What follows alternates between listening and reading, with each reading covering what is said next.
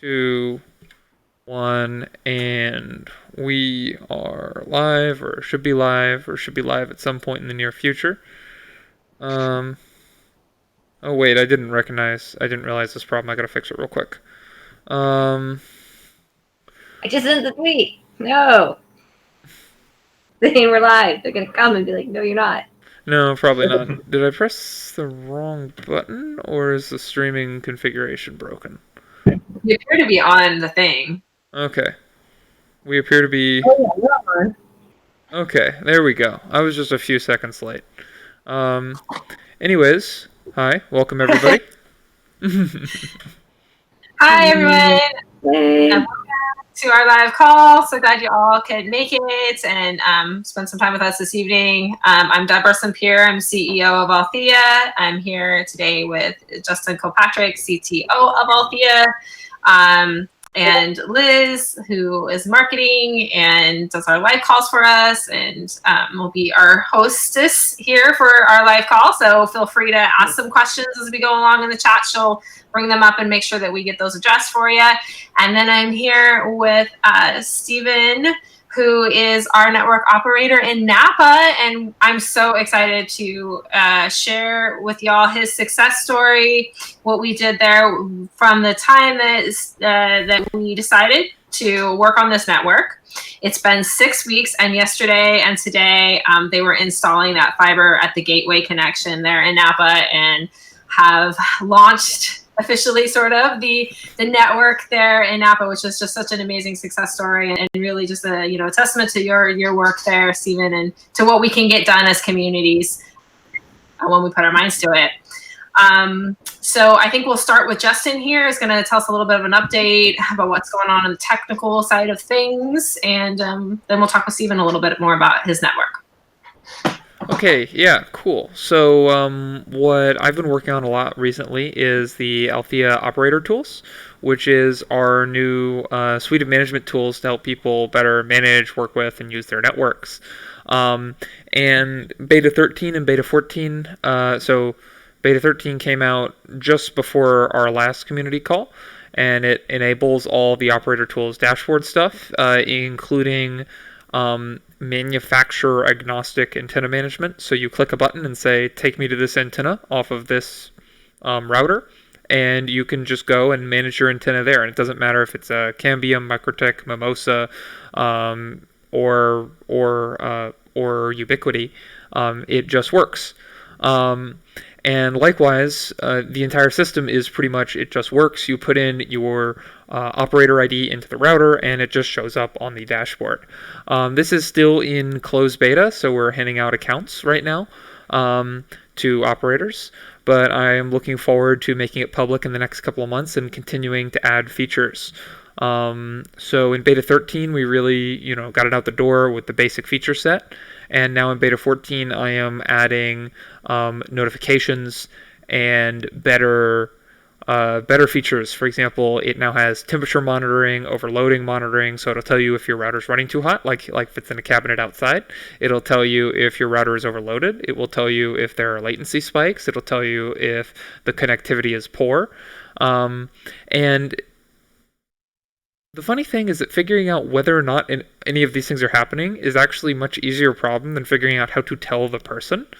Because maybe you want a text message if somebody is down. Sure.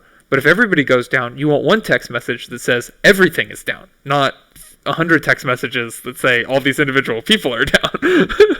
So there's a bit of nuance there. That's actually the hard part, because a lot of it is, well, so cool, I've made a rule to figure out when a router is down, but now how do I make that into something human usable? So that's really what I'm working on right now. And it's sort of my goal to make it very easy to manage Althea networks, and to make it sort of so easy that the dashboard will tell you when there's any problem before you even realize it exists. You're muted, Liz. I just said awesome. Okay. Well, I just saw you talking. If anyone has any questions is watching, just let us know. You can pop them in the chat anytime, and we'll get them answered. Mm-hmm. Yeah, another kind of cool thing that we've been working on in my network is we're actually going to be setting up the first few interconnected gateways. So we've long been doing failover within the network itself with one kind of main central gateway, kind of that meshy topology where you've got a couple of different hops and that's connected to someone else. There's a couple of different hops the other way. And tested that failover. But what I'm really excited about is what we will be doing this next week, having something that has multiple hops deep, then connecting with something else who is multiple hops deep from another gateway. So you'll have that sort of failover and really get a chance to see price aware battle at work there, because the more hops that you get a little bit more of an expensive link. So it's going to be really, I think, fascinating and exciting to see that kind of meshiness. All right. Well, now, Stephen, we're going to kind of turn it over to you. I would love to just kind of hear a little bit about why you decided to start this kind of network. What kind of brought you to this story, and a little bit about the process involved with it. Sure. Well, I've been doing IT for about 10 years, so I've been involved in kind of LAN networking and that kind of stuff, and I've always been interested in kind of the larger infrastructure of cities and neighborhoods. And my first introduction to WISPs was in the Bay Area. I was helping co-working spaces, doing tech for them, and we actually used a WISP for one of our buildings there, or used fixed wireless to get internet to this building. Even though it was in a big city, there was no cables running there. And so I saw how well that worked. We put 100 people easily on one of these antennas, and I thought that was pretty incredible. And so then when I moved here to rural Oregon about 3 years ago, the WISPs again were on my mind, thinking like this would potentially make sense out here. And I did just some of my own research. There's startyourown.isp.org, I think, is a huge wealth of information. And so I did a bunch of reading on there and different stuff. And I kind of got this sense that I'd read these numbers like you need 500 subscribers to get started and break even and that kind of thing, and it just made me think there's no way I'm going to do that. Basically, that means that I would literally have to household in this area to get that many feasible. So have a lot of trees, and that's obviously an issue.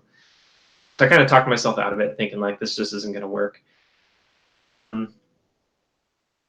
A couple months ago, well, my very first introduction to Althea was I sold one of your installers a laptop just randomly. I was selling a laptop, put it on Craigslist, and he's the one that bought it. And so we were chatting about it, and I was interested then. And then there was these series of kind of community meetings, conference calls, kind of things between. There was some local politicians and some other different ISP folks on there, and so that was the first chance that I got to meet Deborah and talk to her directly about this. And so I kind of grilled her for 15 minutes about how all this stuff works, and it all just sounded great. And so then I kept reading more, and there's tons of great resources on your website and various websites that you're linking to and all that, and pretty quickly realized this is just a great solution. It solved so many of the problems that I had, so many of the things that I had researched earlier, and these were the reasons why I talked myself out of it. Althea just basically takes care of that. And then seeing that you're already operating in Clatskanie, which is about 30 minutes away from where I live, so it's it's as local as it gets out here, and seeing how that it's working well there is well, this should be it. I mean, it's an easy sell for me, but it also should be a pretty easy sell for the community, because it's not this is something that only works on the other side of the world. Well, now it's working 30 minutes away, so it just seemed like everything was lining up pretty well, and so we got started, and here we are. I mean, it's been frankly a pretty smooth process as far as it can be. We've had hiccups, of course, but I mean, you said this is the fastest it's gone for you, and I believe it. It's been pretty quick. Yeah. And one of the things that's really interesting, I think a lot of times people don't realize how wide the digital divide is. And now, since COVID has really necessitated that children are learning from home, and we have telemedicine and telehealth now is really kind of coming to the forefront. Can you talk a little bit about the need in your area? I think I remember one stat that said like 40 or 50% of the students don't have access to broadband where you're in your district. Unfortunately, I don't know the stats like specific to my neighborhood, because the only stats I've heard are for the entire county, which is a mix of rural and urban areas. But yeah, certainly it's it's definitely pretty bad. And everybody that we've talked to directly about this, nobody has good things to say about the incumbent ISPs, and everybody recognizes that it's an issue. And it's one of the few kind of bipartisan issues here. Like everybody agrees that it's an so we're not getting a lot of pushback from the different political groups, which is good, because there's a pretty strong political divide around here. And so I've been personally really focused on the distance learning needs, because I also work with both middle school and high school students as a volunteer, and also I do like a paid gig in the summers, like a summer school type thing. So so to me, that's kind of forefront of my mind, is something that's definitely needed.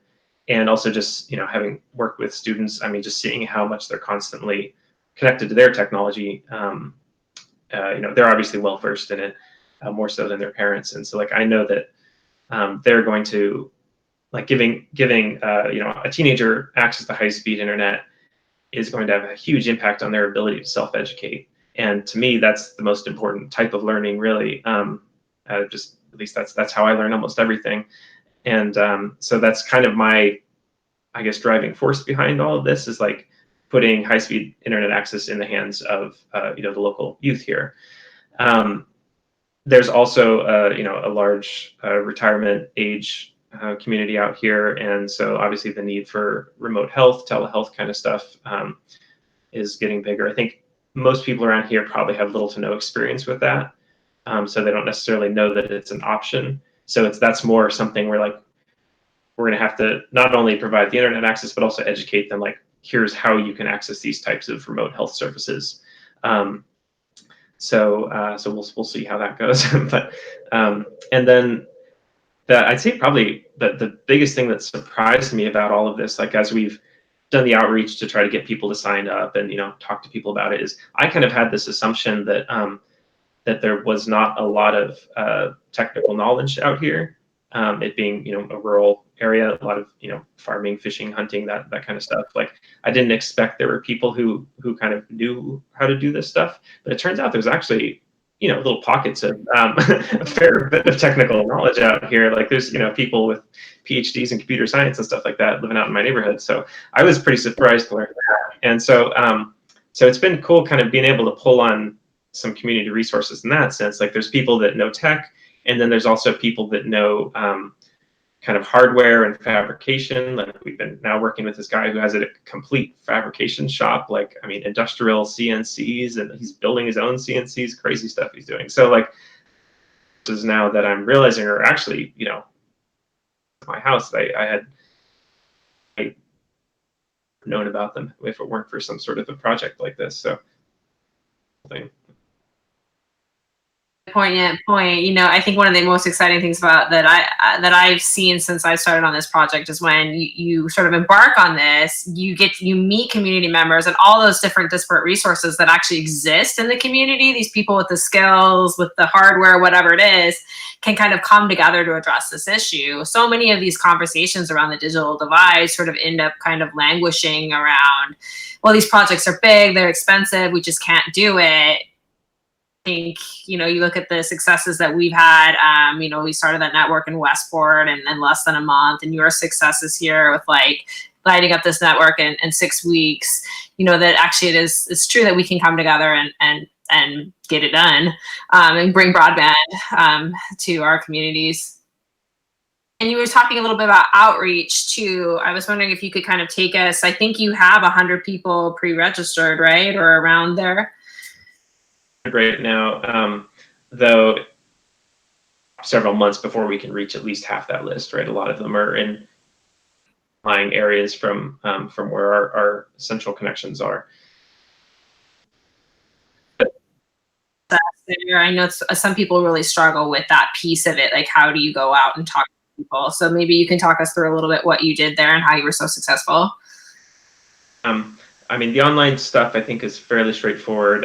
Facebook posts. I don't personally use Facebook, but my partner did that part of it. We could pretty directly see anytime we made a Facebook post about it, there would be a handful of signups that came after that. Certainly effective. I posted on Nextdoor and nothing there. So Nextdoor maybe works some places, but it didn't work here. I think that's all we did in terms of I think we did a Facebook ad also, right? Entire region though, not like just for our thing, but pretty consistent. You can pretty, like you were saying, you can pretty much count on if you can get that word out and amplify it on Facebook, you can get some signups from that. So then the other stuff we did, our most labor-intensive thing was we made flyers. So we made 2 different flyers. One to post in public places, like on a cafe or community board, that kind of thing. And that's more of like a quick bullet point list type flyer.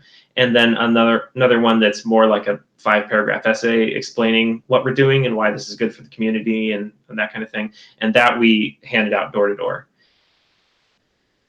The neighborhoods that were pretty dense and pretty easy for us to get to.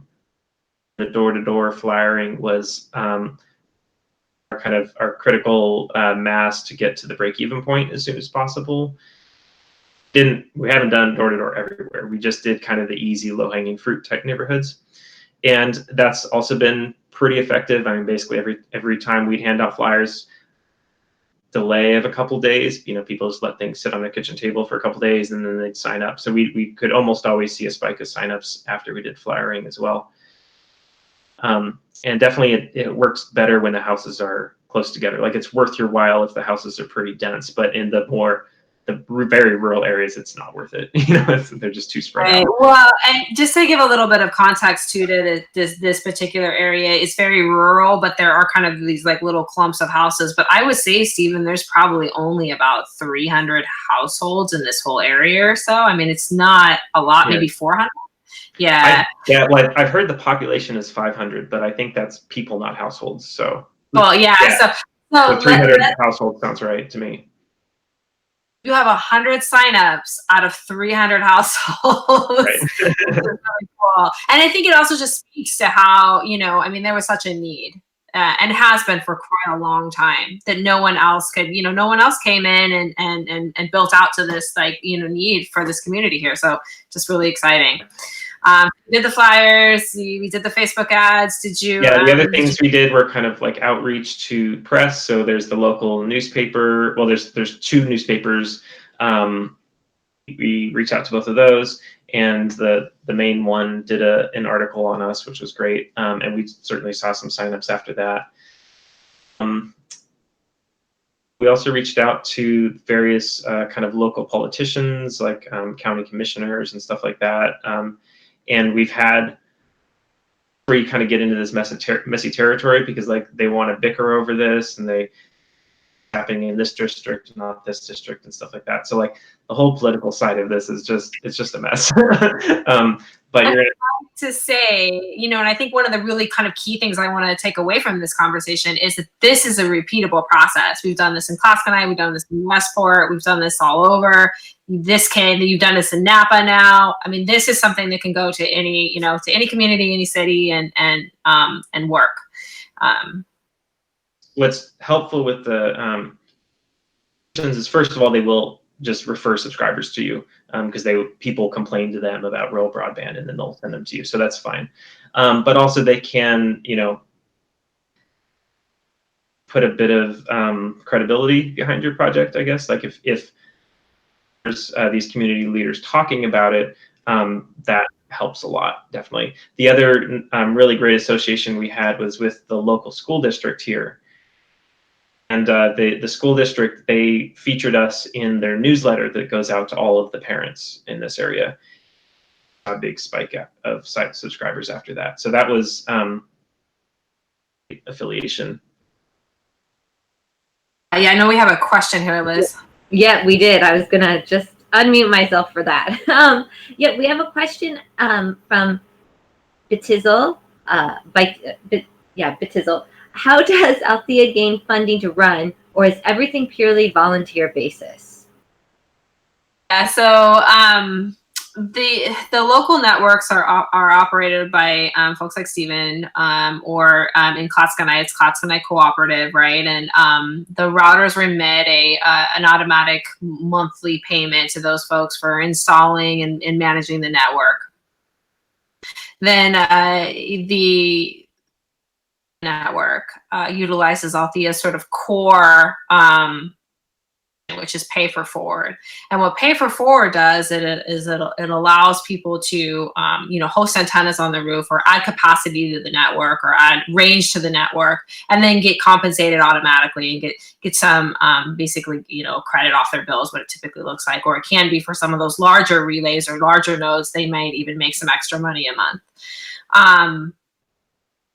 Then Althea, the entity itself, we fund ourselves through a 10% transaction fee of the transaction and money that's moving through the network. We also offer a whole suite of network tools and the customer resource manager, and then all of this kind of consulting and tier one support as well to make all the process of running a network as easy as possible. And hopefully, if we get a chance to toward the end, I'd love to share with our audience a little bit more about our network operations center and how we envision that taking place and helping our networks on the ground be more successful as well. Awesome.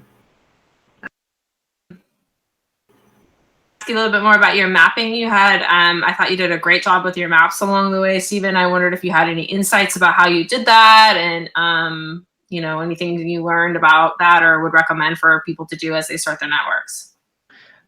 Well, I grew up playing SimCity 2000, so I think that was great background for all of this. I love simulation games in general, and yeah, all that kind of stuff. And so Google Maps and Google Earth before. I learned how to do the Google Earth view shed thing, which was certainly helpful in certain cases. Did most of it through link.ui, which is Ubiquity's free mapping service.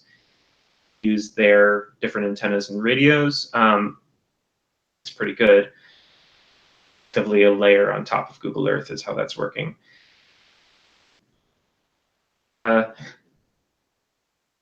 You have to save a lot, but you're able to get it done. So works. It's not perfect, so it's kind of good for like getting things are going to work. But then when you actually get out there in the field, like I know that half my map's probably going to not when we try to use it, right? Your framework. Like I found the mapping to be fun personally. I thought it was really interesting to kind of think about the neighborhood in that way. A lot of time in Google Earth, use your middle mouse button and drag your mouse around and just see the whole area, the topology from from all these different perspectives, and just kind of get a sense of where the elevation is, and it tells you the actual elevation too. It's been such an interesting, like just doing this WISP, but just for getting to know my neighborhood, like how it's all water runs and stuff. It's cool. I was just going to say, B, our organizer in Tacoma, in the chat just said, I was just talking about SimCity and SimCity 2K the other day. I have upgraded to Cities Skylines. It's the modern version, but anyway, it's all the same stuff. You need to make a version of it, Network City or something. I was thinking those games, they need to add a networking thing. None of them let you do any kind of telecom stuff, so that would be fun. I mean, if they have Trucking Simulator, they should definitely have WISP Simulator. But context-wise, I think that we should maybe explain to people why link planning is so sort of difficult here. I mean, why aren't there other line-of-sight WISPs in this area, Deborah? I think really good story, right? So there was a line-of-sight WISP that did not succeed, and the reason why is that this area, like many areas in rural places, valleys, large trees, and kind of all these nooks and crannies. And so the traditional way of doing a wireless ISP was that you would buy or build a large expensive tower, $20,000 to upwards of $100,000 to locate a large vertical asset. And then whatever you could see from that tower is whatever you were going to get, which if you're in a rural area and your population is sparse, a lot. So you can quickly see that even if you got, let's say, federal grant money to build that, that large vertical asset, there's really no incentive for sustainability because a quarter of the houses and that's all you can get and then you're done. But this is where you get really excited. This is why Althea's Pay Forward is the real core innovation here.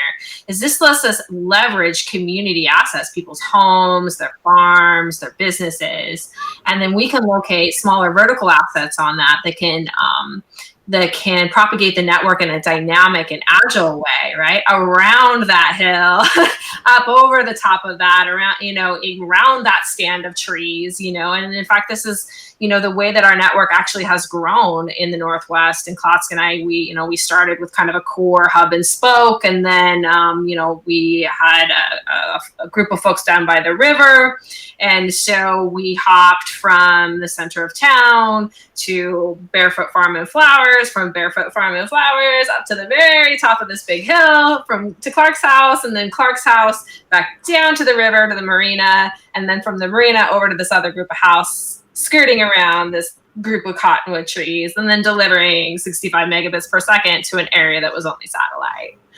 And that's what's so exciting about that. And then folks get compensated along the way automatically for their participation in growing and being a part of the network.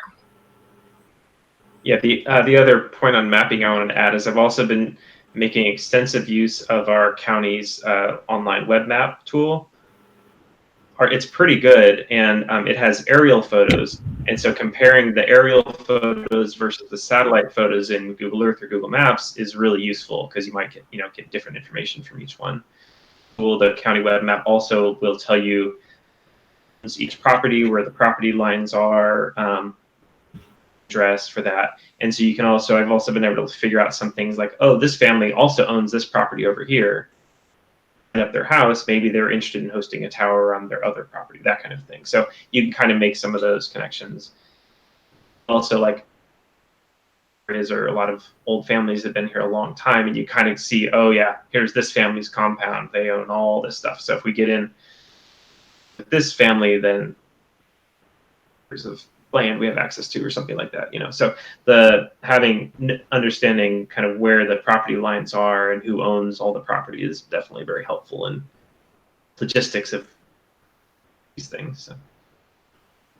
Become, I think that kind of social capital or partnership with the, community members is really important in the success of these networks overall, that it is really dependent on that and the kind of project management. And, that's why we say that, really, you don't necessarily need to be technically skilled to run the networks, but someone within the team really does have to have that kind of project management skill set and, something that where you can go and interface with, community stakeholders, whether that's a family that's been there a long time or a key business or, maybe it's a local politician.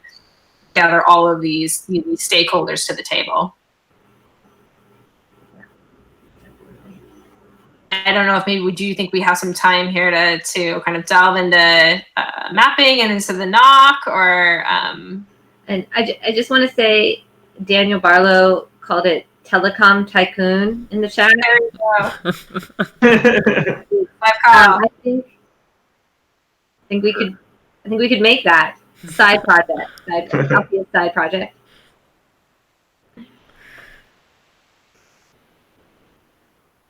I'm going to maybe take the next few minutes and kind of chat a little bit about what our vision is for the Network Operations Center and kind of what we are thinking about with mapping and configuring. Is one of the things that we've sort of recognized along this journey is that one of the harder pieces to get right is the radio frequencies.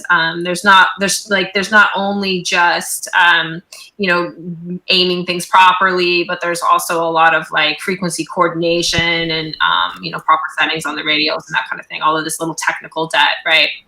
So the vision here and what we've been working to build out is what we call our NOC, or Network Operations Center. So when you have a new subscriber, they sign up on the website, that we funnel them through a process of either a site survey or a scheduling process. Then they can buy their equipment, and then our technicians will do kind of the basic mapping and send your installers or the folks that you have all your boots on the ground some mapping and planning that you can take and match up with what you're seeing in your community, and then also some files that you can just simply upload to your radios. Then when your installer is there on the site, they can call into our dispatch or our network operations center, and we can walk them through any configuration, make sure everything is aimed, and just be the kind of the back end tech support for your folks that are in the community. What that also lets you do too is if you don't have access to skilled labor force there, then anybody that can operate a drill or can follow some instructions can work together with our team to get your network up and running smoothly. I know Justin talked a lot about the kind of network operator tools dashboard too, so we have some transparency to that to help you run and manage and keep everybody happy. Wanted to speak any more to that, Justin, or flesh anything more out? Yeah, so I think I'll just sort of say that part of the reason that broadband is so inaccessible and so sort of expensive to build out right now, in the current market, it costs like $2,000 per home to install coax, $5,000 per home to install fiber, something roughly like that. And the reason for this is not really because it's all that expensive to get connectivity to someone, but because providers like to pick a way to do things that is very rigid, and then they send people out to the field and they say, you should do exactly this. And if you do exactly this, it works. And that's because networking is hard to debug. It's not even like normal programming. Normal programming, the error is on your machine. Networking, the error is somewhere else, and you better be able to figure out where that else is. So what we're doing with Althea is that we're saying, hey, we know how to build networks. We know what we can get away with. We know what we can't get away with. And we're going to try and keep the brains of engineering the network and make them remotely accessible and build networks by working with people on the ground rather than dictating to people on the ground. So instead of saying, yes, you must dig up you must get access to this conduit in the side of a road, you must dig it up, you must put it in there, because that's the way we know people won't mess with it. We're building a system that's like, well, if something goes down, it'll fail over. And we're building a system where instead of it has to be configured exactly this way and everything must be identical, and anything that would require customization we just can't do, it's, well, we've designed some tools and the people back at the NOC have handled that. And in this way, you can sort of shift the paradigm from we can only build broadband where it is feasible to do it in this expensive cookie-cutter way, to we can build broadband anywhere, and the help will come to you, metaphorically, in the form of a box. In reality, I'll be sitting in my nice, comfy chair here. Speaking about building broadband anywhere, I'm excited already for the next community call, because I know we've got a lot of really exciting, dynamic, challenging networks in the works. We did backhaul ordered for Enfield, North Carolina. It's a rural community there. Really excited to have that underway. So maybe even in the next 4 weeks, we'll be talking about that. But it is true. Anywhere, we can build broadband anywhere. Broadband, Justin in a box, really, is what it is. Put Justin out and put him in. And I know B made a comment saying, "I want that," and I wasn't sure if that was Telecom Tycoon or the NOC or a NOC. Both. Possibly both. And also for everyone who is watching, and they said Telecom Tycoon. Thanks for clarifying, B. For anyone that is in the chat and that's watching that isn't already a part of our Discord chat, I popped the link in the chat, and please join us there to get more questions answered, continue the discussion, learn more about Althea. It's a great place to chat with other organizers and like-minded souls, and Justin and Deborah as well. So a couple last questions for Stephen. Did you have anything that surprised you in your journey, or you found along the way that you didn't think you would? So I already mentioned learning that there's quite a bit more kind of technical knowledge or resource in my neighborhood than I expected. That's, I think, the biggest kind of learning that not nearly as difficult or as complicated as I expected. I mean, obviously, a lot of that's thanks to the Althea platform, but so I've been doing like business networking for 10 years, and like there's a lot of kind of gotchas and a lot of like just weird things that can happen. And so I was hesitant to get into a situation where now there's this whole community of people relying only on me to be able to fix this thing if it breaks, right? And so that's part of the other thing that I think Althea really brings to the table is like that most of the time I can walk a completely non-technical person through rebooting something, right? That's easy. And folks from Althea are there to kind of remotely help you with things. So the whole thing, it just seems a lot simpler than everything else that I've done in the past. And I assume you're just hiding a lot of under the hood there, but let's just put in a box. But like that's why I try to just do everything where it's like it's based on open source, so that there's just a massive global community of people working on it. Because I'm sure many of you watching this know, like when you go into proprietary weird stuff, then it's just such a headache, to get things to work. Situations where I build something, 5-7 years later it breaks. Business, so you can't buy the replacement part anymore. You can't do that, So the whole idea of being hardware agnostic for me is something that's really important. I've worked in the past with a Linux server system philosophy behind it. The server that I ran for almost 10 years straight, I put in a new one and it just fired right back up. Like this is that same to networking, and to me that's extremely valuable. The thing I found very inspiring, I think I've a bit of like a light economics nerd also, and so just like studying how solved all of these like monetization problems by converting things into money effectively, I think is really, really clever. The way that the whole system is monetized, because like you're an efficient network will move through an efficient network is the cheapest, right? And so like you've just made those into one thing. There's no reason why we need to separate work efficiency over here and then here's finances over here. They can just be one thing. So much sense. About this, there's a lot of people that have hesitations and concerns around cryptocurrency, understandably so, and a lot of people that don't understand the difference between a speculative versus a stable cryptocurrency, and obviously that's not something an average person would know, right? So that is, I think, something that we've had to do some explaining around. I realized it's better really to just not lead with that. Just explain to people, oh, you're going to pay from a debit card through web portal. For someone who is more technically interested in that, I think it's fascinating. Of just reaching out to the general public, I would say that's probably something that's better to for the most part.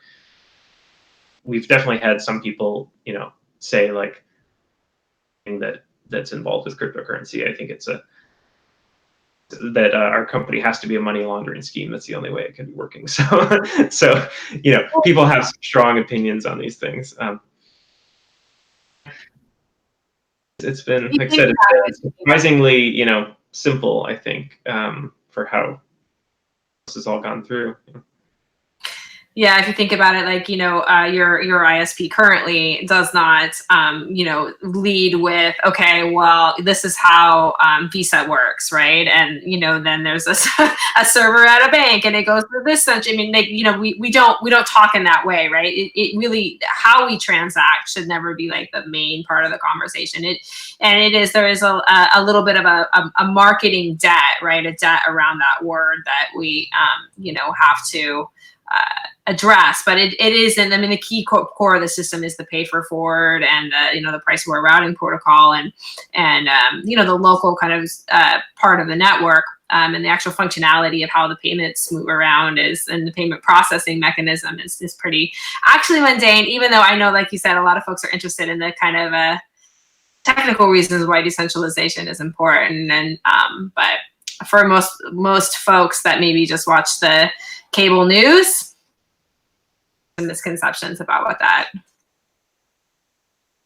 I will say that most folks, once they get started with it, oftentimes what we've done, if we have some folks that are hesitant, and that we give them a free month or a free installation and allow them to try that out, and we really have had really great success with that. The folks that have had an opportunity to try it do, in the vast majority of cases, stick with it. I will say also another challenge that we've had in our outreach is convincing people metered or pay per usage is going to be better for them versus a flat rate plan like all the incumbent ISPs offer. And so I'm currently kind of working on a little article set about that, and once it's published to it or whatever, I don't care. You really do have to dive into like a family's finances to convince them that, like, add up all of your expense of internet access on an annual basis, big annual expense, much cheaper for you that you've been paying the $50 a month or whatever. And it's hard for people to wrap their minds around that because we're just not used to thinking, nobody's used to thinking in terms of bandwidth. Okay. Nobody else is used to thinking in terms of bandwidth, right? Most people don't know what a gigabyte is, what a kilobyte is, between a megabyte versus megabytes per second, like stuff there that's kind of hard to unpack and hard for people to understand. And we're really just trying to lead with like what the average Althea subscriber pays. Here's the range of data usage from the average user that we've seen based like current Althea networks, and also what other big ISPs have published and other big studies. There's all these big state of Oregon studies that we've been pulling data from and things like that. And that like probably an average data user, everybody assumes that they're a really heavy data user, but they're really not. The funny thing is that people do always think they all everyone always thinks they use a lot of internet. Right. It's those are the folks that don't use hardly any. Unless you're gaming all the time. Well, it's just the game updates that get you. The games are fine, but Yeah, but it's streaming video. Or also a lot of people are concerned now that we're all constantly doing different kinds of video conferencing. People are concerned about that, but explain that the video is so compressed. It's not really that much data. I mean, like Netflix or Hulu streaming is a lot more data. Yeah, stuff like that. It's just not common knowledge, and we do have to do that work to kind of educate people around that. I have an old blog post, Meter Bandwidth in Althea, where I go over all of this, and the average American pays roughly, I think it's somewhere between 25 and 30. It's a really old blog post. I don't remember the exact number, but the average American pays between 60 and $70 a month for internet, and then they use about somewhere between 200 and 400 gigs, and this comes out to roughly 20 to 30 cents a gig, and what we charge in Althea networks is typically 6, 7. It's sub 10 cents a gig, so it does come out to be cheaper. And the reason we're insistent, like normally when you're a company, Anything that makes the customer uncomfortable, you're like, well, we'll just sell them something else. But the problem with internet service, especially in the regions that we're in right now, is that when you sell people unlimited and you say the words up to, you have a connection. You have maybe, let's say, a 100 megabit line to a row of houses. And you're like, well, if we sign all of them up, we sell them all 100 megabits, and we hope they just don't all use it at once. And this scheme inevitably breaks eventually. So like years and years ago, they sold everybody 15 megabits per second DSL, and they're like, nobody uses 15 megabits. They use 1 or 2 for web pages and MySpace. And then YouTube became a thing, and they're like, oh no, everybody uses 15 megabits all the time. Our math is all wrong now, and we've sold them too much. Well, what do? Do you go back to them and be like, oh no, we sold you too much bandwidth. We got to dial it down. Sorry, everybody, you're going to pay the same, but we're going to cut your speed by like 75% to get ourselves speed solvent again. No, they don't do that. They just keep selling new lines. They're just like, ooh, like another house, we'll just sell them 100 megabits. There's only 100 megabits to all 10 of these houses, but we just keep selling it. And this is how you get service that's really, exceptionally bad, even though technically they have more capacity. So the cable networks that we're competing against in Classic and I, they have more capacity, but they provide a worse service. And that's because when their servers get overloaded on the back end, they're like, well, this person's paying for 100 megabits, this person's paying for 100 megabits. They both want to use 100 megabits. What do I do? And the answer is it just sort of throws its hands up and gives up. And data gets through, and it's kind of random and haphazard, and it's not a good experience.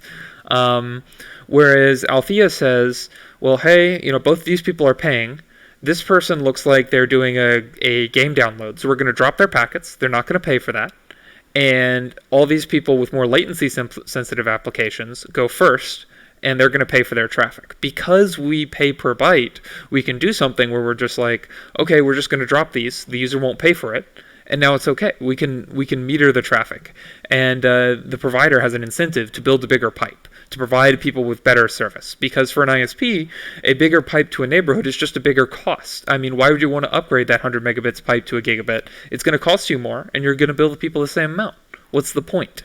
But with Althea's metered bandwidth, suddenly you say, well, if we upgrade the speed of the internet, people will be able to use more, they'll have a better experience, they'll do more, and we'll make more money.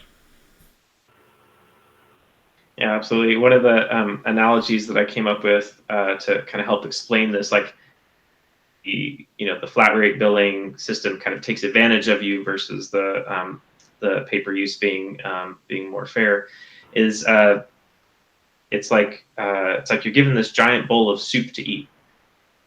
Work. So you have tons. Ignore the idea that you can just drink from the bowl for a second. Okay, so you can. So you're trying to eat this giant bowl of soup with a fork, and that's you have. So the soup is data, right? So like the incumbent ISP here, they offer a terabyte per month of data, which is a huge amount. Speed and the latency are such a problem that it's like you can only sip at it very, very, very slowly. So it's basically impossible to actually use that 1 terabyte.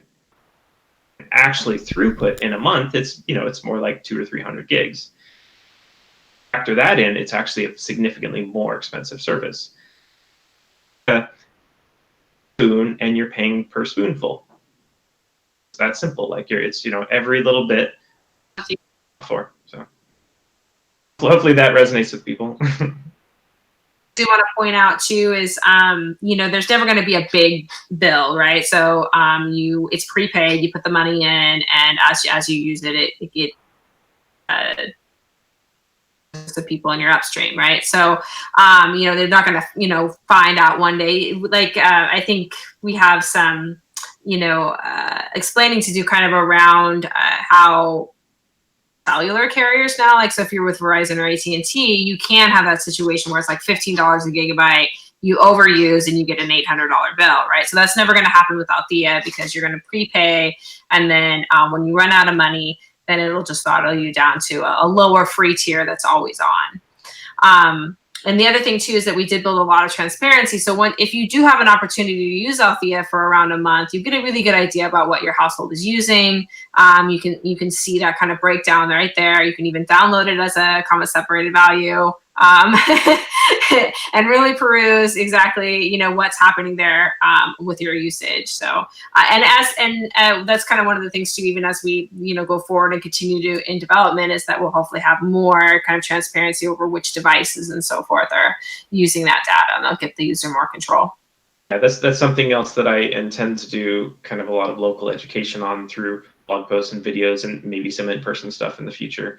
Kind of teaching people, like, I like this idea that conserve data in the same way that we conserve energy or water, right? And that you pay less the more data you conserve. That just makes sense. That's how it works. Nobody knows how to actually conserve data, right? So trying to teach people fairly tech-friendly way. Like, I could tell you the easiest thing I've found so far is if you have a Roku, unplug it when you're not using it. Tons of data constantly, as even though things like that, just teaching people, like, there's these certain devices that really are data hogs for no reason. Don't use those devices or unplug them, that kind of thing. Yeah, so it's our big goal to manage that sort of automatically behind the scenes. Because, obviously we think that, and I've designed the devices to be like this, but the devices should be advocates for their user. They should do what the user should want. So that's sort of been the philosophy behind Althea from the start. You typically just don't have to worry about it. And that's really it. Just, so the reason you put so many people on the reason traditional ISPs like to put so many people on a small line is because most of the time they're right. Most of the time people don't want to use all of their internet. The problem is people want to use their internet all at the same time. So it's kind of like electricity, where at midnight, if you're using a bunch of electricity, it doesn't really matter because it's all coming from like a nuclear plant or some sort of more like a hydroelectric dam. It's real base load. But at peak times, it really matters, and those are the more expensive times. And just being able to manage that makes such an enormous difference, and it lets Althea sell people real access because for most wireless ISPs, if you're like a multi-terabyte a month user, they just shut you down. They can't afford you. And they're like, nope, it's over. We can't serve you. And with Althea, that's not a problem because that multi-terabyte a month user just has their traffic prioritized. Their bigger downloads get slowed down until it's time, until it's like later at night and everybody's gone to sleep or whatever. And they're like, okay, there's nobody else using this line. Feel free to buy all the data on it. And Michael Barrow I think about the Roku boxes, kind of like vampire power loads, which yeah, it's exactly like vampire power loads. And I think that whole idea of like the device should work for the user, that's going to become harder and harder because this whole like Internet of Things movement. I mean, stuff like the reason why a Roku and a Chromecast and all that kind of stuff is so cheap is because these are vehicles that these companies are using to bring advertisements into your house. And there's even stuff like the smart TVs that are like doing product placement and stuff like that, crazy stuff, right? So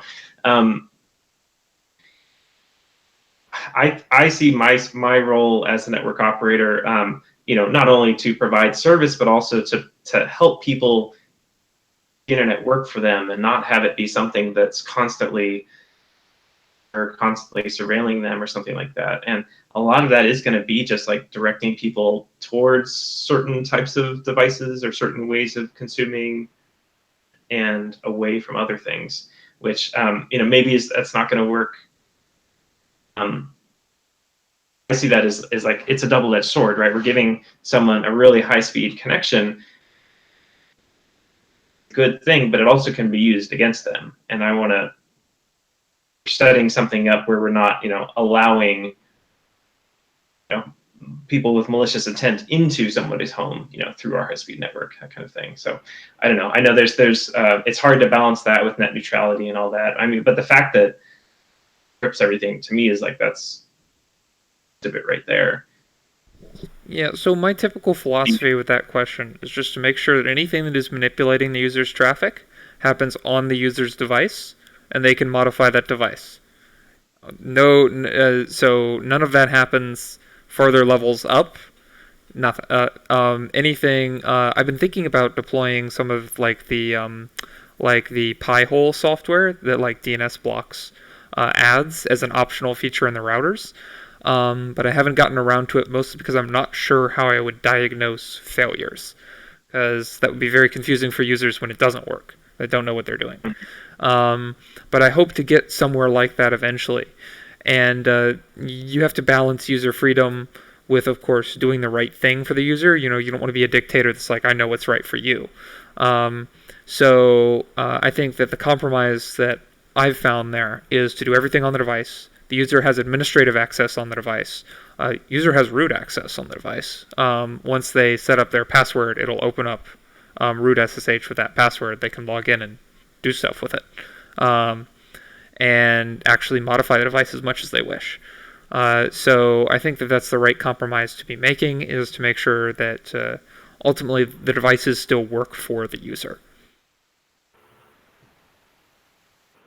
Yeah, I've been playing with Pi-hole at home for a while. It's pretty great. It's definitely something I'd recommend. Although it's very powerful. You can easily like just kill all of Facebook or whatever, in one click. So yeah, be a little careful with that. Yeah.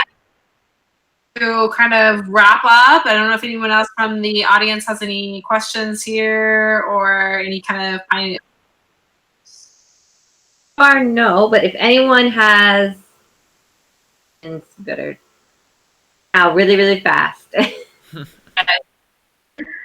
Or speak then at the next community meeting, or join us in Discord, or find us on Twitter, or email us. Dustin's metered bandwidth in the chat, so you can check that out. It is a very old blog post. He was correct, from about 2 years ago. And also, and that is in the chat as well, so the invite for that. So if you aren't already in the Althea Discord, we can continue chatting. And I wanted to leave kind of the end of this conversation by saying that the process that Stephen's did and that I've been doing is repeatable. We have kind of planning guides around either from kind of a community angle, if you're a community leader, and you want to go through kind of the post-COVID rapid response connectivity, which is a little bit more of a working group, and then kind of bigger solutions, or go to althea.net, sign up as a network operator, or reach out to us, and then we can take you through the process of evaluating and learning about your resources in your community, planning, and to eventual deployment. So please reach out, and we're happy to help you along that process. Just say they are interested in Pi-hole as an option as well, and maybe Justin can that offline. Yeah, sure. I would love to talk about that. It's mostly a problem of experimentation at this point. Just got to try it and make sure it works well. But I mean, even without full-on Pi-hole, like the fact that we're not doing trickery is huge, right? Like most of the other ISPs are doing stuff like that, and that's a kind of thing where it's like explaining why that's a threat to someone that stuff works, right? Today we provide faster, cheaper internet, and it gives people more freedom, and that ends result. Thank you, everyone. Look forward to hopefully talking to you all again next month. Signing off. Let me see if I can find the end stream button.